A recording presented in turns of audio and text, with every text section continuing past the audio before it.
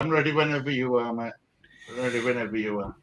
Well, we're ready and we're here. And hello, welcome to Watch Along Leeds. I'm Gary. Sat alongside me today is Stu, and we're going to be commenting on the Daniel Farke press conference that's happened in the last couple of hours at Elland Road. A lot has come out of that, and it's been another busy week at Elland Road. Lots of things to be mentioned in this live stream. So if you do want to join or you do want to have your say, let us know in the chat and we'll try and get you on. If you've got something that you want to tell us, get it off your chest. This is the place arguably to do it, I think. Shorts, live, and watch along with me. Leeds United, because we all love Leeds.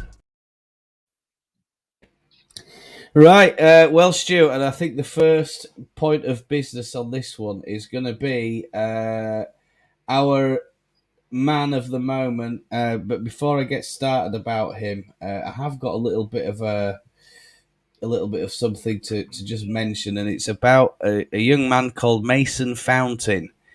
Now, I don't know if you've read that about Mason this week. Mason was an 18-year-old Ipswich fan, and unfortunately, he had a brain tumour and passed away over the last few days. So it's a very sad moment for him and his family. I'll just read this out because the Leeds fans who are travelling to Ipswich have been asked to participate in an 18th minute memory clap or round of applause, I think. I'll just read it out. Please share far and wide. We are asking all fans attending the Ipswich Town and Leeds game on the 26th of August to join us in a minute's applause at the 18th minute in memory of Mason Fountain, who tragically lost his life at the age of just 18 to a brain tumour. Mason was a massive Ipswich Town fan, and we want him to be remembered at Portman Road, which had a special place in his heart. This would mean the world to everyone who knew this very special young man. I'm pretty sure that there's going to be no need to second guess or second ask that one because the Leeds fans travelling, it has been flying around on some of the notice boards, the Facebook groups and all that sort of thing.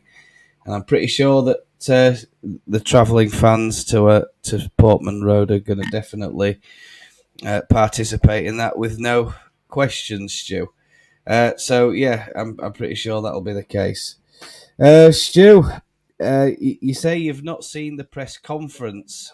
Let's get on with No, mate. the main point of I've business. been really, genuinely been really, really, really busy. But I'm hoping that you can fill me in, Gary, if I'm honest. Well, I mean, I'll try my best. I've seen most of it, Stu. I've seen most of it. There was a lot of it's the usual repetitious waffle from some of the journalists, asking a lot of same questions and stuff like that. Hello, Big Mally. Good afternoon to you, sir. And Stu's helping me control the chat there. So yeah, I'll try and remove that one, and we'll get started. Should Gnonto apologise to fans? Let's start with that as a point of order, Stu. Well, yeah, he should, but not in the way you're gonna think I'm gonna say. He should apologise to fans by doing it on the pitch. I think I spoke to Big Mally about this early about an hour ago. I think he should apologise to fans, but on the pitch, because if he comes out with a statement, people are going to say, "Oh, it's PR who's wrote that for him." You know, it's a token stretch and all this sort of thing. But if he does it on the pitch, and then he celebrates in front of away fans at Ipswich, I think that's the best way he can apologise, by putting in a shift. And I mean real shift. And I mean none of this throwing your arms about, none of this sulking. Just get your head down, play your football, and give the performance of your life. Then that's an apology for me to fans. Yeah, I mean, it's proving your worth, isn't it? And proving your worth to wear the shirt, I think. And a lot of Leeds fans are going to look at it that way. That he's not fit to wear the shirt. He was in amongst the Premier League team that got relegated, wasn't he? So, all of that stuff, we could do without that.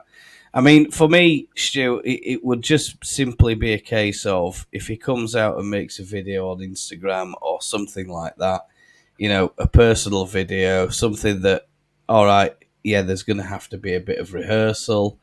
And then you kind of apologise to the fans and just say, look, but I said before that I think he should go further and really consider his life choices with regards to this agent. I also hope that other players are considering their position with this agent. We don't need to mention his name, but in my opinion, in a professional manner and a professional life, if you go out handing out misadvice, there are consequences to that. And I think as a 19-year-old lad, he's been misguided, he's been misadvised, and obviously that's caused a storm, hasn't it? And the amount of upset Farke has had to deal with. Stu, honestly, when you see this press conference, it's brilliant. I mean, and it kind of reinforces why I said I think when we were considering a manager to a point, this is the guy that I think that would suit the job. I mean, I think fans will ridicule him whatever happens, Big Mally. But I think, Farke has actually mentioned it that it is, and I won't quote it like for like, word for word, but he said that with there is a great responsibility and great rewards with the job that he has. He's been he's kind of misbehaved, but Farke, I think, is quite angry with this agent by the tone of his language. He's very angry with what was said. He can't say that in front of the cameras. We know that he can't say that, but he more or less said that Gnonto has been advised to do the things that he's done. He's followed through, and it makes me wonder if this agent is actually bullying Gnonto into you do this or else, blah blah blah. I can do you this, and being really aggressive, really domineering with him. And that's really not the way that we're used to conducting business. That it's not a very fruitful relationship between the player and the agent in this instance. And I think Gnonto, as a young lad, is being dominated, and the agent thinks that he can get away with anything, and the players will just do what he wants them to do. Well, that's not the case. And I mean, if that's the case, and he's such a good agent, why doesn't he add a release clause put in or a loan clause? And this is what I mean about other players who have signed up with this guy or his company should seriously be asking themselves, is this the right guy to have? And if not, can I get rid of him? And how much is it going to cost to get rid of him? And can it be done anyway to get rid of him? And I hope that eventually, I hope that this saga ends up costing him a lot of money, the agent, because at the moment the authorities just don't seem to have the teeth to deal with it, and there doesn't seem to be too much in the way of law in the sports world. We have all of these laws in the financial services world, all the other worlds and professions that we have, but not in sports. Crazy. Anyway, apparently, Stu, Farke made a mention of it 2 or 3 times during the press conference because he was asked a number of different questions. And he said, quote, Gnonto has apologised, and he was asked if he was ready to return to the first team. He said, Farke, that Gnonto has impressed this week in training. When asked if he's mentally strong enough to deal with the potential backlash from the Leeds fans, he says that he's going to... it comes with the territory, more or less, that, you're getting paid all this money, you've got a great career, you don't have a lot of the problems most other people have in the real world. And by refusing to play, and behaving the way he has behaved, he described it as not acceptable, which means to me that Farke's really, really angry about this. You wouldn't get that he's angry. He doesn't come across as angry on the press conference, but you can tell by the language and the tone that he's using. I think that he's very, very upset with what's gone on. Farke also praised Angus Kinnear because Angus Kinnear and him have sat down when all of this has erupted, and he said that he had, to pass these messages on from Gnonto and the agent, and they sat around a table, and he said that Farke had received unconditional support from the club, full backing, that he should be isolated from the group, removed from the dressing room, and removed from training, and sent to train on his own. And then he said that if a case that we don't need to sell him, we just don't need to sell. We've got enough finance available that we don't have to sell our best players. But at the moment, we've obviously offloaded a lot of people for financial fair play and all this sort of thing. And he more or less said that, these players can't have the cake and eat it. Wilfred had no loan clause. He had no sell clause if in the event, or relegation clause in the event that we got relegated. And that's more or less that. But the other bit of news, Stu, two bits of news. Cine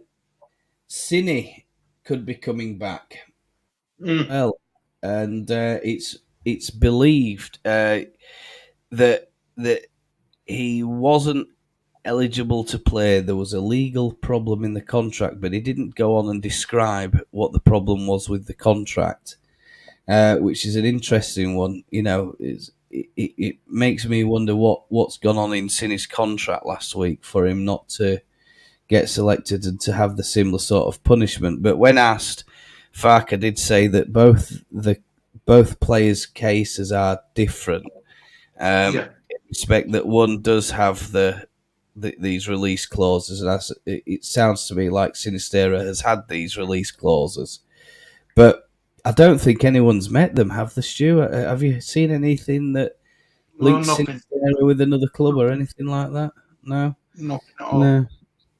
No. So that's it. Anyway, it sounds to me like we might need to, or we might be able to fill a subs bench this week.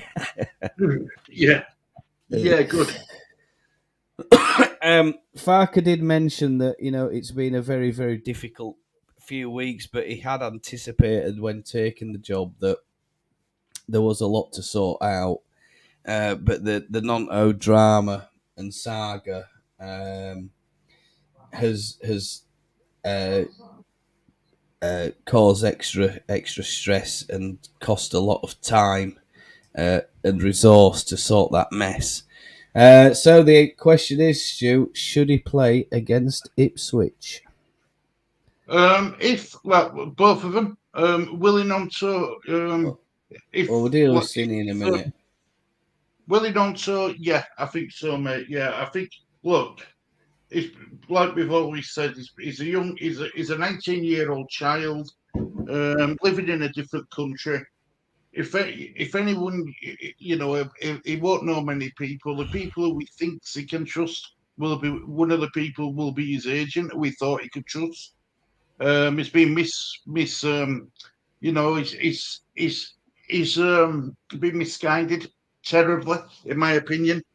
I think if he were a 24-year-old man, I would have said no. But because he's a 19-year-old kid, I'd say, yeah, give him a chance, let him play. Let's be honest, Leeds are a better team with him than without him. And sometimes you've got to put side before self, haven't you? We've got to put that.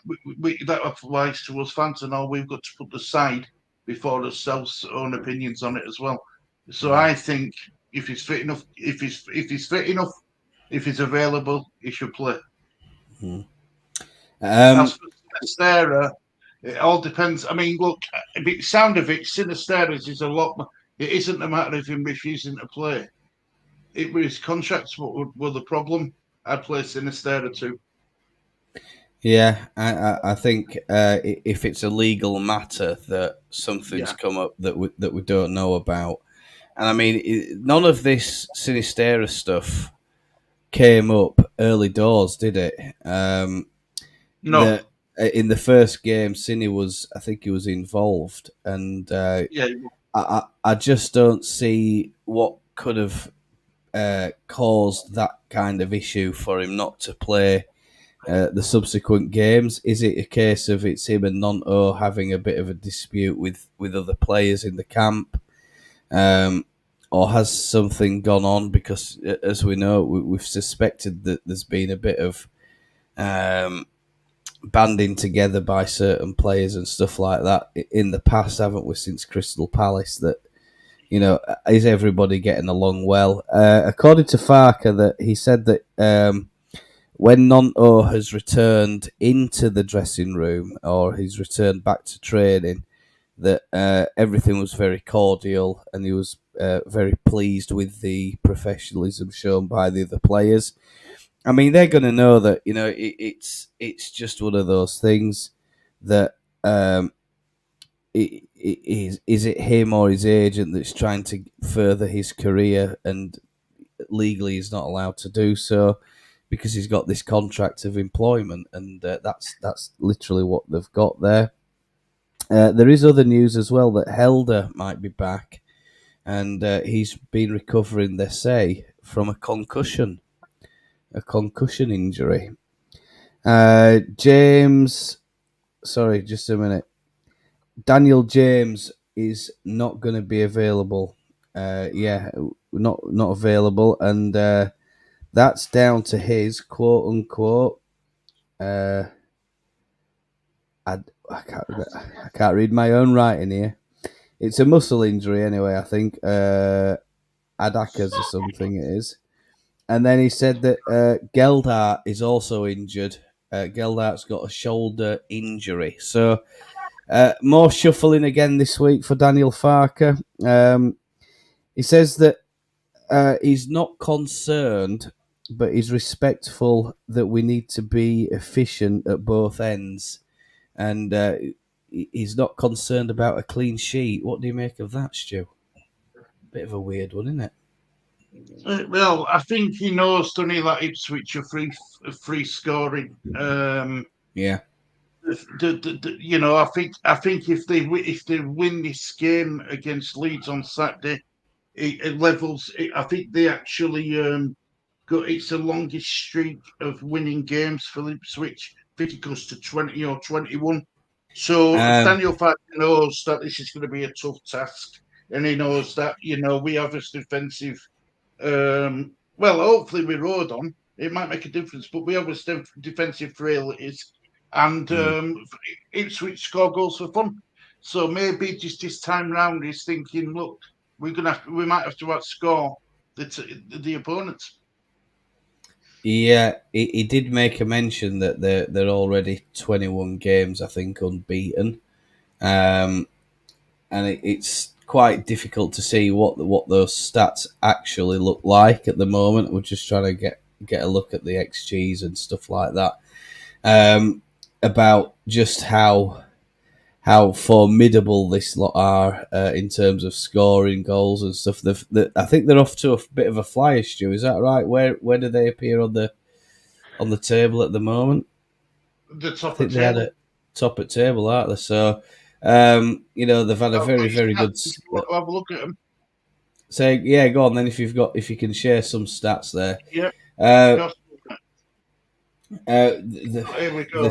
I'll make it bigger so everyone can read as well. Sorry about that, Gary. No, go ahead, mate. Yeah. So as you can see, they currently sit top at table. Goals for 5, goals against 1. Their XG is home form is the 2 goal, the +2. The points per game is 3. They've won the last 3 games. They're in excellent form. Right. Where's XG? XG. So here we go. Right. So goals scored. There's on average to get 1.67 goals per match. 0.67 of the goals come in first half. One goal comes in the second half. So the goals conceded, 0.33 goals per game. So they're conceding less than a goal a game. So they're doing pretty well, Gary. They're doing very well. Just looking for the XG. Where's the XG? Let's see if I can find the XG. So, yeah. Off to an excellent start, aren't they? Yeah, really good start, mate. Is that 3? Is that 9 points they've got so far then? Is it? Yeah, played 3, got 9. Yeah, 100% win record, yeah. 100% win record. And who have they played? They've played some decent sides, I think, already, right?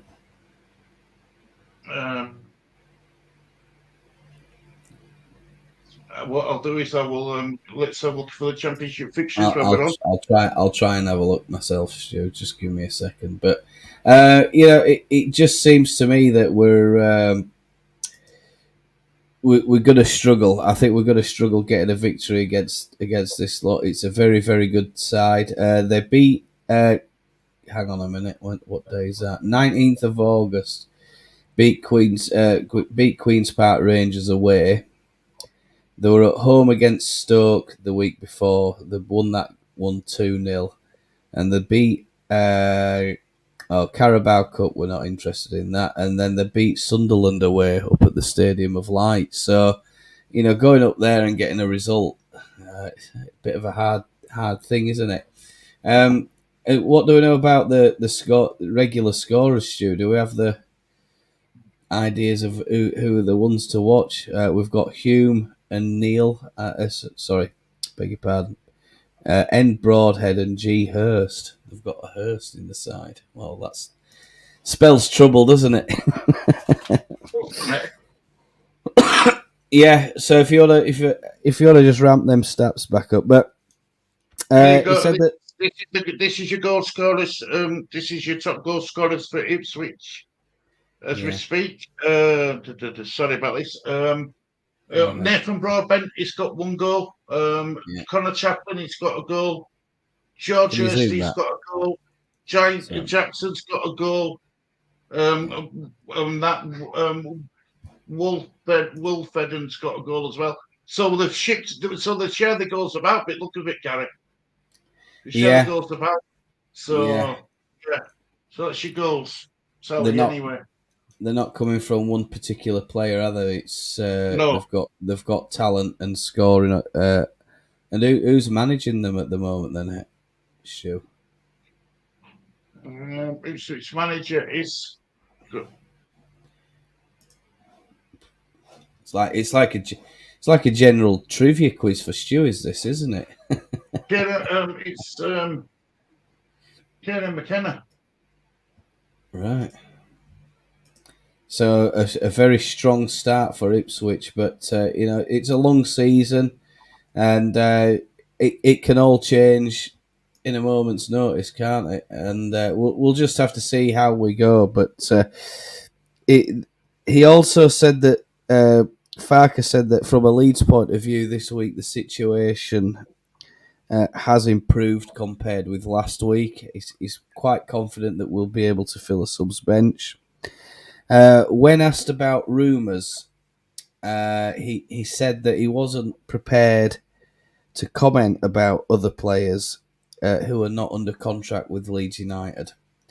And he wouldn't give any comments about whether anybody will be in through the door by Friday or before kick-off on Saturday, and that a new player would be making an appearance for us. So, understandably, Leeds fans are getting very, very frustrated by what they see as a lack of progress. But I honestly think that it's just a case of a lot of the groundwork's been going in. This Piro business seems to be the one that everybody's talking about online. It's due Stuart, is for there? medical, apparently. Yeah, apparently the bit that I heard was that Fabrizio Romano's quoted as saying that he's on his way to Ellen Road as we speak, and I think Big Mally said earlier that we've got. Hang on a minute, we've got is it Pervader out as well, and Cree Somerville.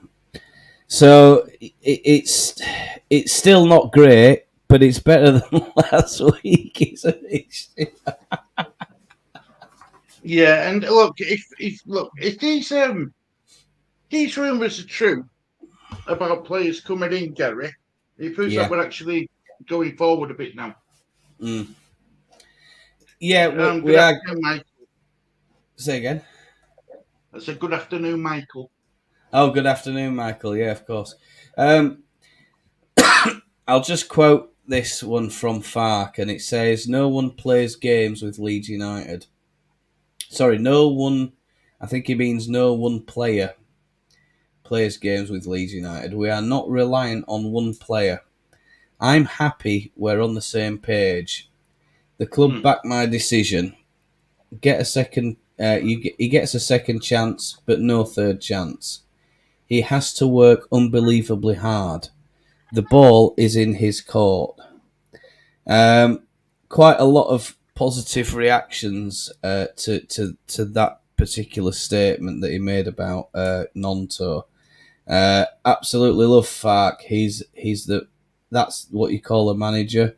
He also said that he had to. He mentioned this word a couple of times, that they had to demonstrate some leadership and in the way in which they dealt with Wilfred Gnonto, and I think that it's going to be it's it must have been a total nightmare dealing with these players going crazy and all this sort of thing. If Cody Drama is to break through at Leeds, it feels like this will have to be his year. Less than 12 months left on his deal, no extension on the table. A piece on a defender who has proven himself in the Championship, but needs the door to open. This is according to Phil Hay. Yeah, Any the problem is with that, though, is he going to get in ahead of Luke Ayling? Well, Luke Ayling's been the favourite for years, hasn't he? And Drama's just not been able to knock him off his perch. I mean, if it were me, I'd say you're going to have to shove him in the first team, get at least 3 or 4 games out of him before you can then really evaluate what he's like at a competitive level. I mean, what goes on in training must be, it's nowhere near like playing a competitive match, is it, at this level? No. But I want to see him breaking through. I really do. I'd like to see Ayling, benched, or at least Drama getting some minutes. And I think if we get a game or two where we're in a comfortable position, I think then Farke might be feeling a bit more comfortable about letting him loose on the pitch, so to speak, and trying to get him some minutes under his belt in a competitive environment. But Stu, we're not the manager, are we?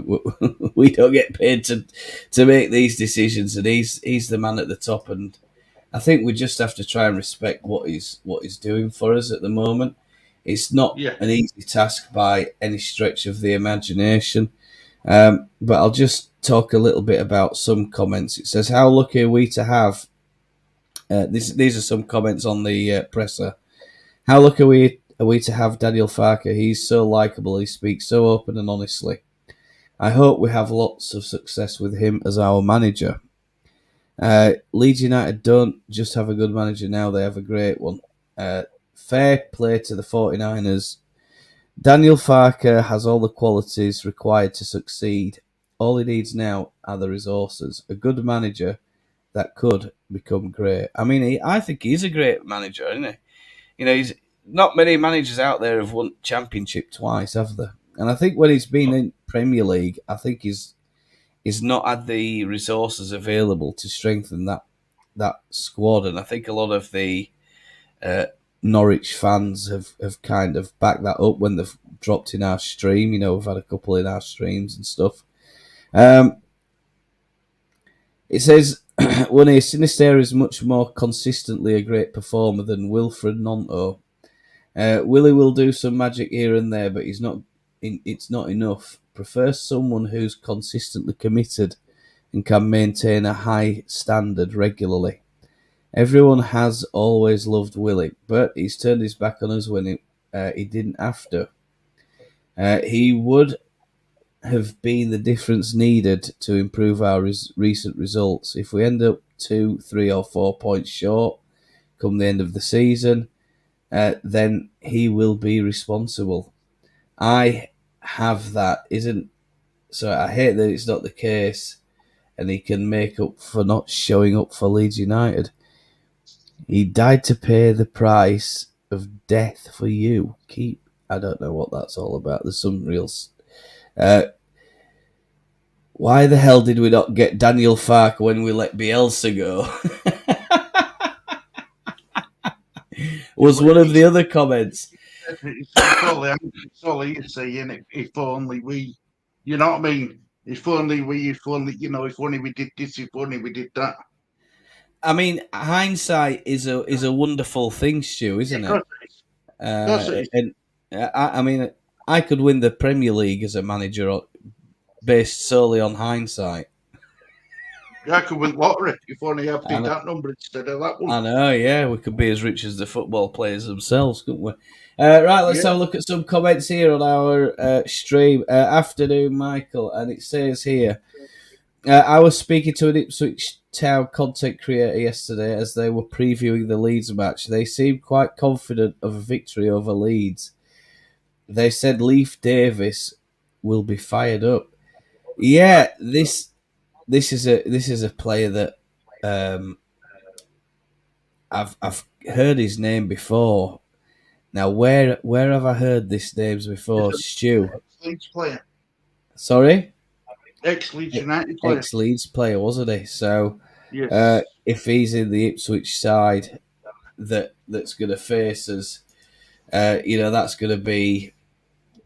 he's going to be relishing that, I think, isn't he? He's going to be absolutely loving that. And hopefully, he has an absolute stinker of a game.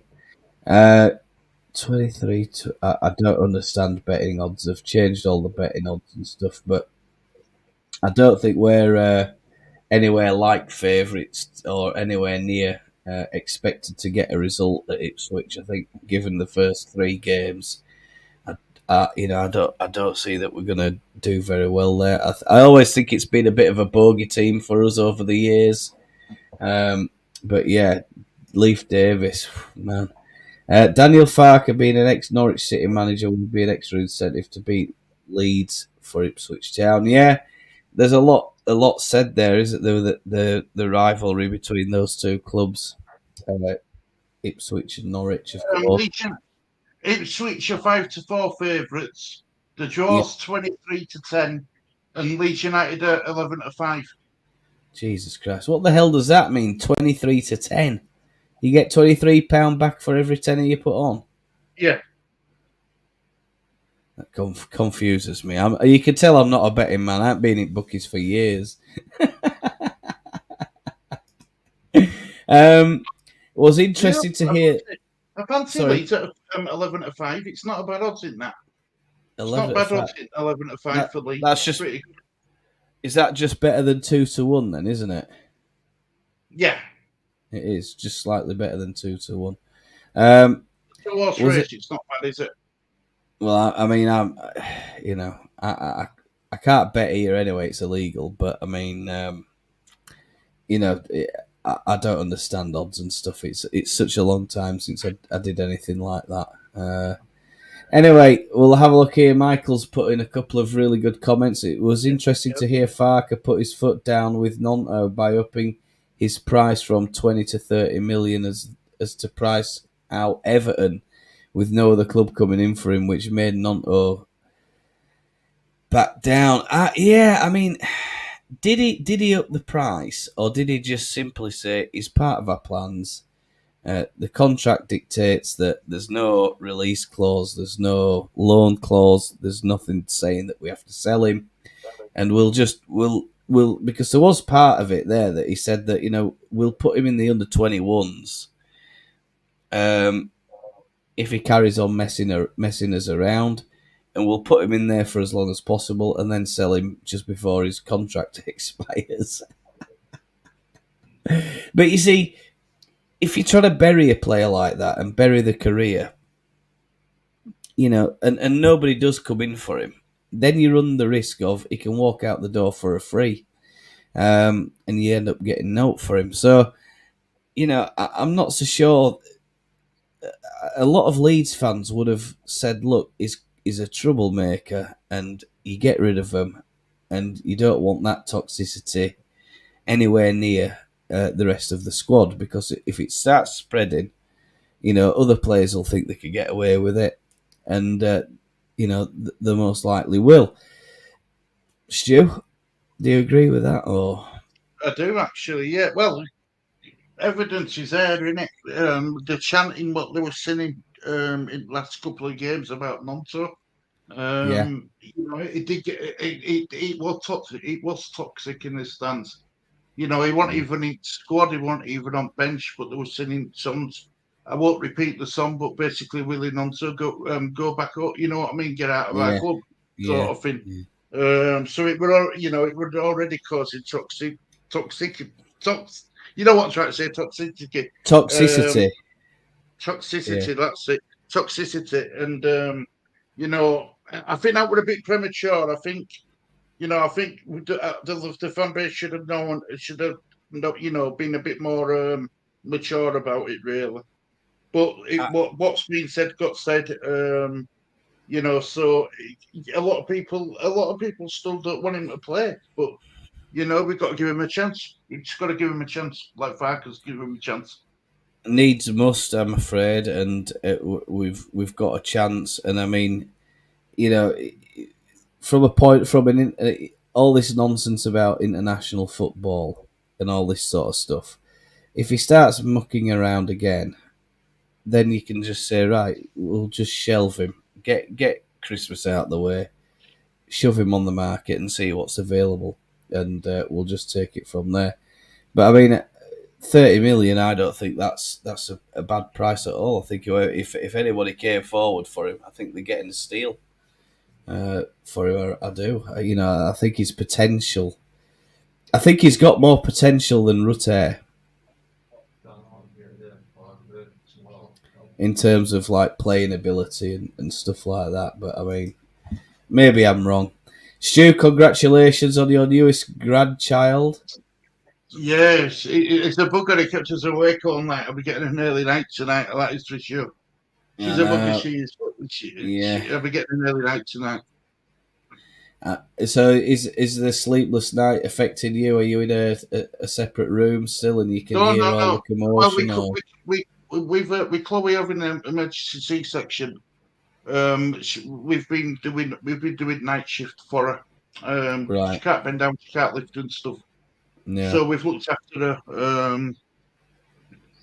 But she's worth it. She's worth it, plenty worth it. Yeah. She's worth it. So. I mean, I went through all this stuff 15 months ago. I'll tell you, I'm still knackered now. Yeah. I don't get any rest. We've had kids and stuff, but this feels different. Feels different. Yeah. Is it your first grandchild then, is it? It's my two stepdaughters. Yeah. One of my stepdaughters has got kids. So in theory, it's my third grandchild. It's my first grandchild who's lived at home. Yeah. All right. That's all right. Sweet. With the internationals coming up in 2 weeks, do you think Gnonto had choice but to buckle down in order to be in with a chance? Yeah.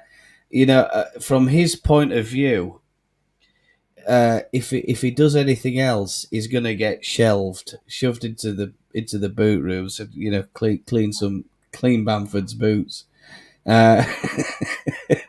He's got no choice because Leeds are in pole position with this one, I think, and we're not in an Mbappe situation or anything like that where there's not long to run on the contract.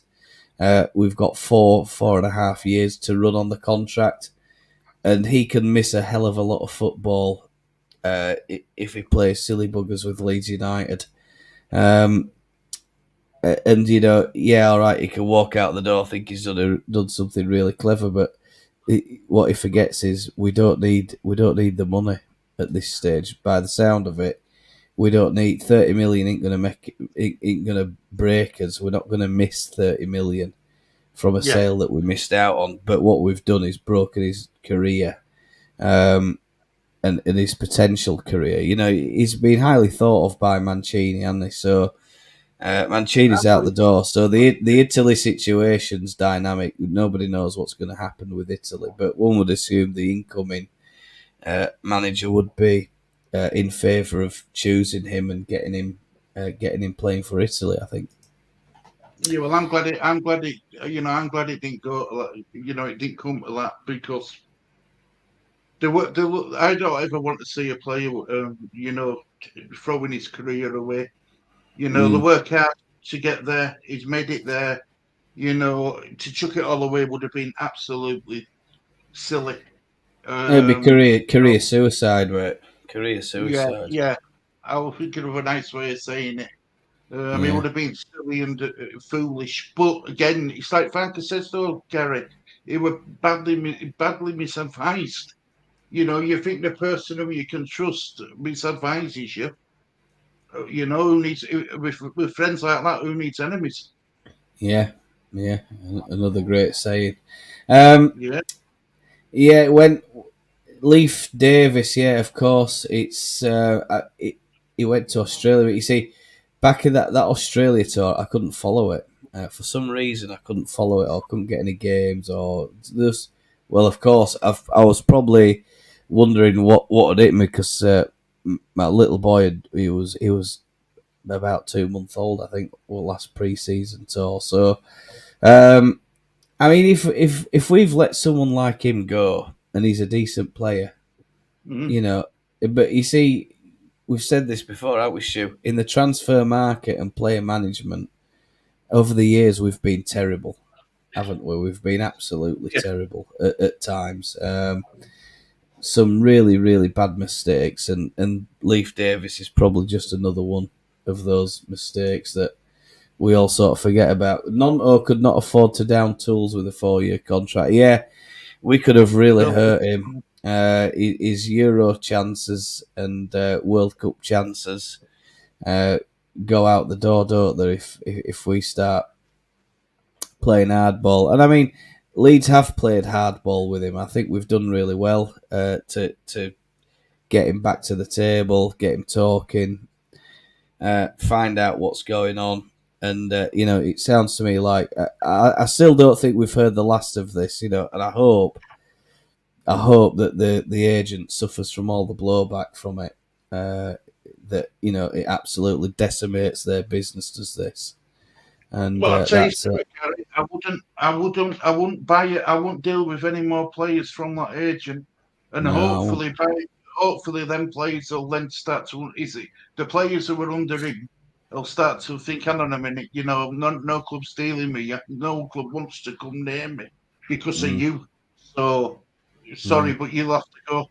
I think agents should be held to account, just like we would be in our job. Well, I don't, like I would be as a parent, like you are as a school, as a teacher. We should be held accountable for his own actions. Yeah, absolutely. I think so. I mean, at 19-year-old, I was I was spending more time down at the pub having a good time. But I mean, I think the thing is and wondering what I'm gonna do with the rest of my life, kind of thing. If you'd have asked me back then, what? Oh, by the way, this is what you'll be doing when you're 42. What do you think about that? I'd have said, nah, ain't no way that's happening. Yet here it is. Life takes funny twists and turns, doesn't it? Guys, for me, the jury is still out on Farke and the 49ers. Let's see what's happened by the close of this transfer window. Michael, I think we've got... Enough. It's fair enough. I think we've got to back them, though. I think we've just got to be patient. Patience is wearing thin in some corners of the fan base. I think people are getting a bit, I've seen comments this morning, this week on especially at the supporters group site, like, why haven't we signed any players yet? Why is it other clubs get deals done in 2 days and it takes us like 3 weeks and blah, blah, blah, blah, blah. We've got 4 players in. But I mean, we've let a lot go. And a lot of them could well come back to us after the loan moves have done. Or we get some kind of, sale on them, for example. I mean, Jack Harrison's he's on a 5-year deal, isn't he? With us, but now he's loaned out to Everton. So I mean, what's his contract going to be worth? If he has a storming season at Everton, what sort of money are Everton going to be on for to purchase someone like Jack Harrison? And it'll be a decent take, that for us, I think.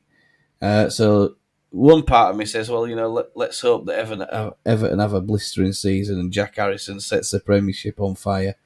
But the head in me says that after their start, they're in that club is in absolute crisis by the sound of it, and the money side of it is a big problem for them as well. And this Mashiri fella, he's looking to try and get more investment, so that's going to be. I read that today that he's trying to open doors for new investment. So is he running out of money, Mashiri, or what? I don't know. It wouldn't. Stu, you could read this one. It wouldn't surprise me if the Italian manager got in touch and told him to get his head together. Also, his parents, Smally. His parents, I think, he seems to idolise his parents, doesn't he? Mm. So hopefully they've had a word and all. But yeah, I agree. Who is Italian manager? Who's the new Italian manager? Has he been pictured? I haven't heard anything that they have a new manager yet, but we'll certainly have a look about who is the Italian football manager. Just have a look. So I assume it's Antonio Conte. No, it isn't. It's not. No, it's not. I think Antonio Conte is up for the job. I mean, they're not going to find anyone better than him, I don't think. I mean, he's a decent man. He's a decent manager, and that'd be a decent signing for them, I think. Conte, and I think Gnonto would probably still be, it'd probably still be in hot contention for a starting spot. It's called Luciano Spalletti. That's his name. I'm going to put it in chat for you guys so you can read that. Luciano Spaghetti. Spalletti. That's it. And what do we know about Luciano Spalletti? Any ideas? 6 years ago. I don't know anything about him. I'll just highlight the chat, Stu. He's played as a semi-professional midfielder for tier Serie C teams. He extended his playing career in 1993 to Empoli. His managerial career began as manager with Empoli shortly after retirement and guided the team to consecutive promotions from Serie C to Serie A.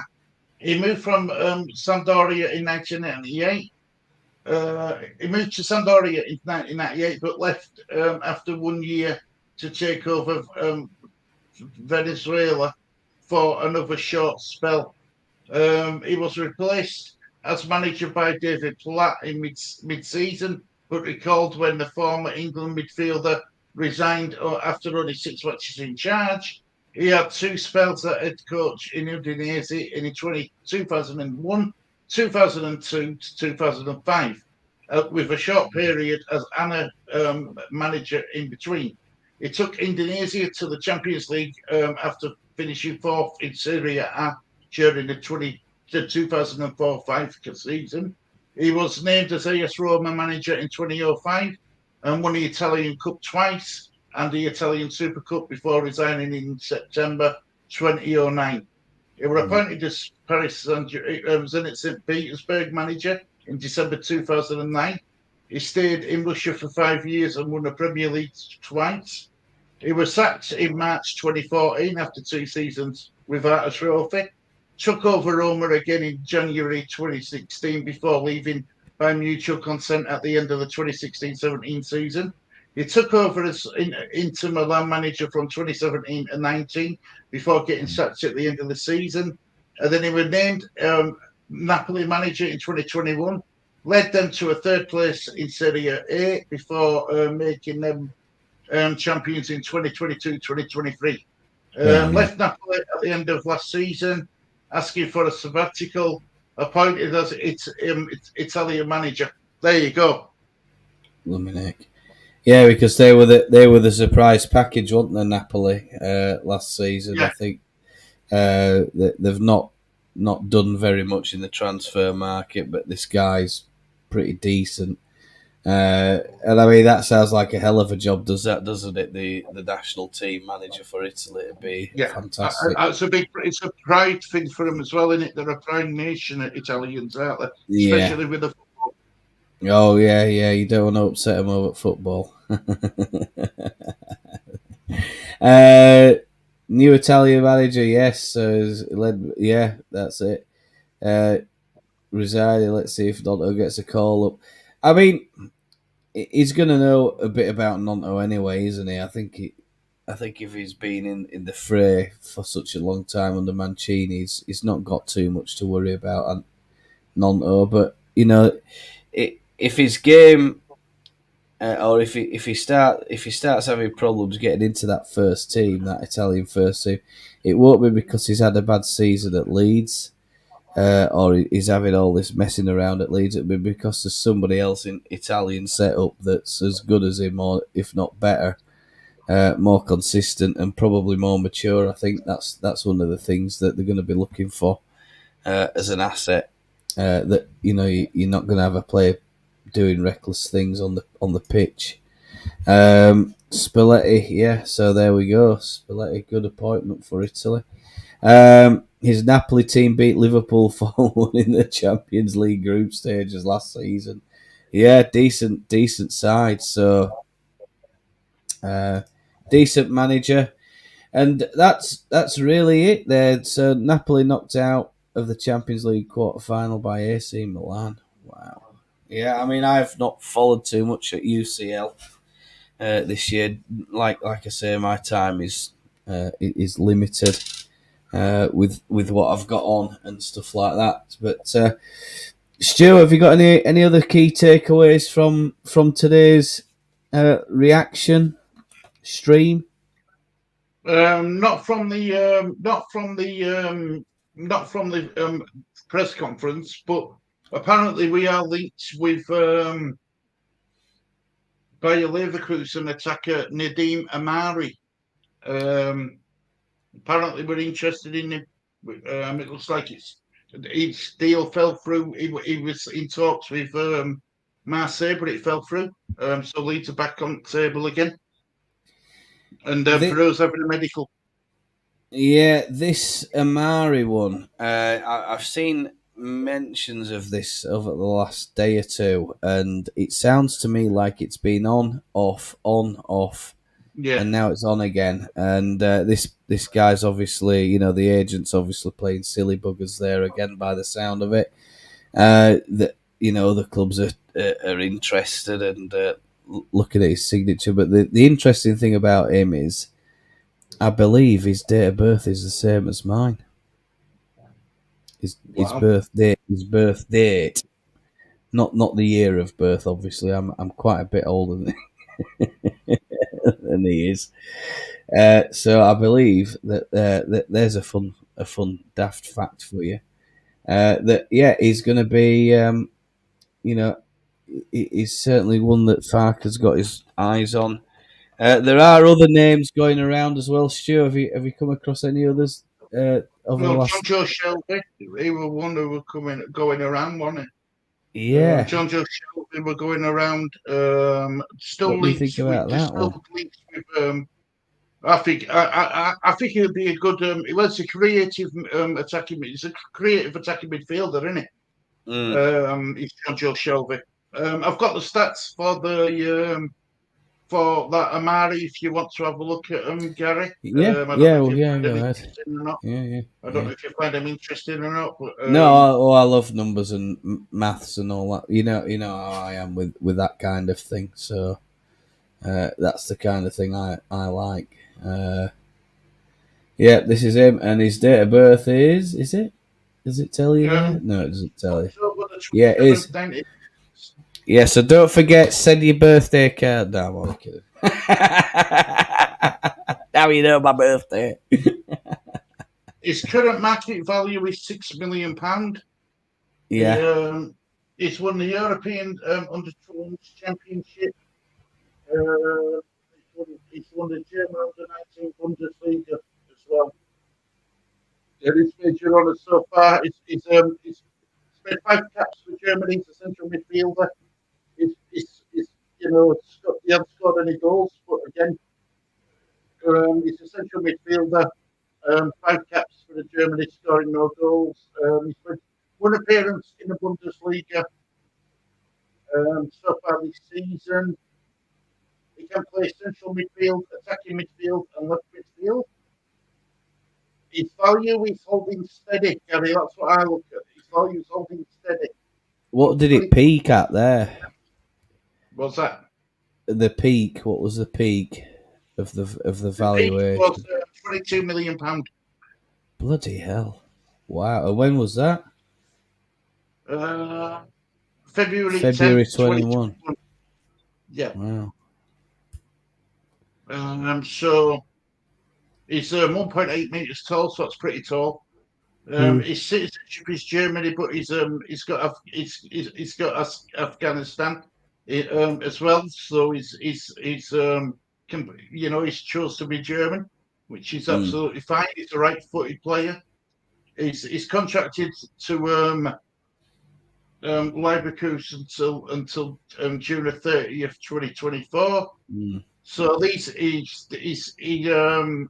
started in he's played most of his football at Hoffenheim. Hoffenheim. He left by on a loan to Genoa. Left Genoa to go back to Bayer Leverkusen. He was valued at £8 million then. Wow. It's a big drop, isn't it? So far, like it says, he's played 1 game, and he's played 1 minute so far at Bundesliga this season, which is played 1 minute, which isn't brilliant, but it'd be interesting to see. I mean, the next game's the 26th of August, so that's 2 days. It'd be interesting to see if he's in the starting lineup against Mönchengladbach. Mönchengladbach, yeah. Well, that's something we'll have to keep an eye out, Stu. Try and keep an eye on that one. If when's that Saturday, isn't it? 5 at 5:30. So more or less just after the Leeds game, by the look of it, I think. Michael, I'm disgusted by Everton conduct with their pursuit of Gnonto, trying to unsettle the player now. They have given up on Gnonto and they are rumoured to be after Sinisterra. They won't go away, will they? I can't wait for this transfer window just to shut. I really can't. I just hope that we get the required personnel in as soon as possible. Get this damn window shut and get it out of the way, and hopefully we can get down to the business of concentrating on football. And I think I don't know if we missed that comment about Michael mentioned about Burnley earlier. Did we read that one out? Yeah. I don't know if I read this one out or not. Did I read this out, Stu? Am I losing my mind? I don't think you did. No. This time last season, Burnley was 16th in the Championship, 1 win in 5. They managed to recruit 16 players. I mean, bloody heck. Come October, there was an upturn with their results. Been watching their documentary on Sky. Right, very good. Yeah, a lot of things happening in Burnley, isn't there? Definitely. Company's the man there, isn't he? I think him and Pep have been having a few. I didn't realise this. I saw a video, but apparently there were a closed-door game at Carrington, and they give Man United a stuffing and they beat them 3-0. I mean, I don't know if there's any truth in that, but I saw a video mentioning that today, so... that was a pre-season friendly that nobody sort of knew about. Sorry, Stu, I think I've just unhighlighted something there. Yeah, so that's where you've got to. Yeah, go ahead. Everton do have financial issues as one of their American investors has now pulled out. Oh dear. Well, this is a risk with 49ers, isn't it? With us. How does that affect Leeds United if we get a couple of these investors pulling out? I mean, apparently we've got 11, possibly 12, maybe a couple more on board now. I mean, I don't know, but we'll just hope that the chairman deals with all of that stuff. For the same money, I'd rather have Kamara. He's another player that's been hotly tipped from Rangers. Is that correct, Stu? What do you know about that? Yeah, and apparently Rangers. They wanted initially. They wanted 5 million, but apparently they're willing to let him go for 3.5 million. Take it. He's trading separate too. Yeah, take it. Well, if he's trading, I mean, it sounds to me like he's trying to do a bit of a Gnonto on him, isn't he? But if they're discounting it like that, it makes me wonder: are they just doing anything they can to get rid of him? Is he causing trouble? Are we buying ourselves more problems? Are we buying ourselves another Wilfred Gnonto? Interesting, isn't it? Yeah. Difficult one. He really wanted to go to Marseille, but the club couldn't agree a fee with Leverkusen. This is the Amari one, I think, isn't it? Is it Amari? Yeah. More to do with Marseille don't have the funds, having already spent money on other players. Yeah, a lot of clubs are skint, aren't they, at the moment? I mean, I didn't realise things are as bad as what they are, but I mean, Championship, it's hard work, hard graft, hard grind. And as we know, in Europe, a lot of these leagues are nowhere near us in England in terms of Premier League and Championship, even Championship, still a bit of money floating about there.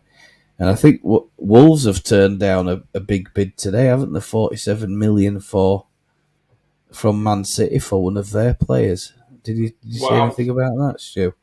No, but I will have a look. Yeah. Everton are going after players from relegated clubs. They're also after Shea Adams for 12 million. Yeah, didn't I see a bit of a meme? The player who were Leeds, wasn't it?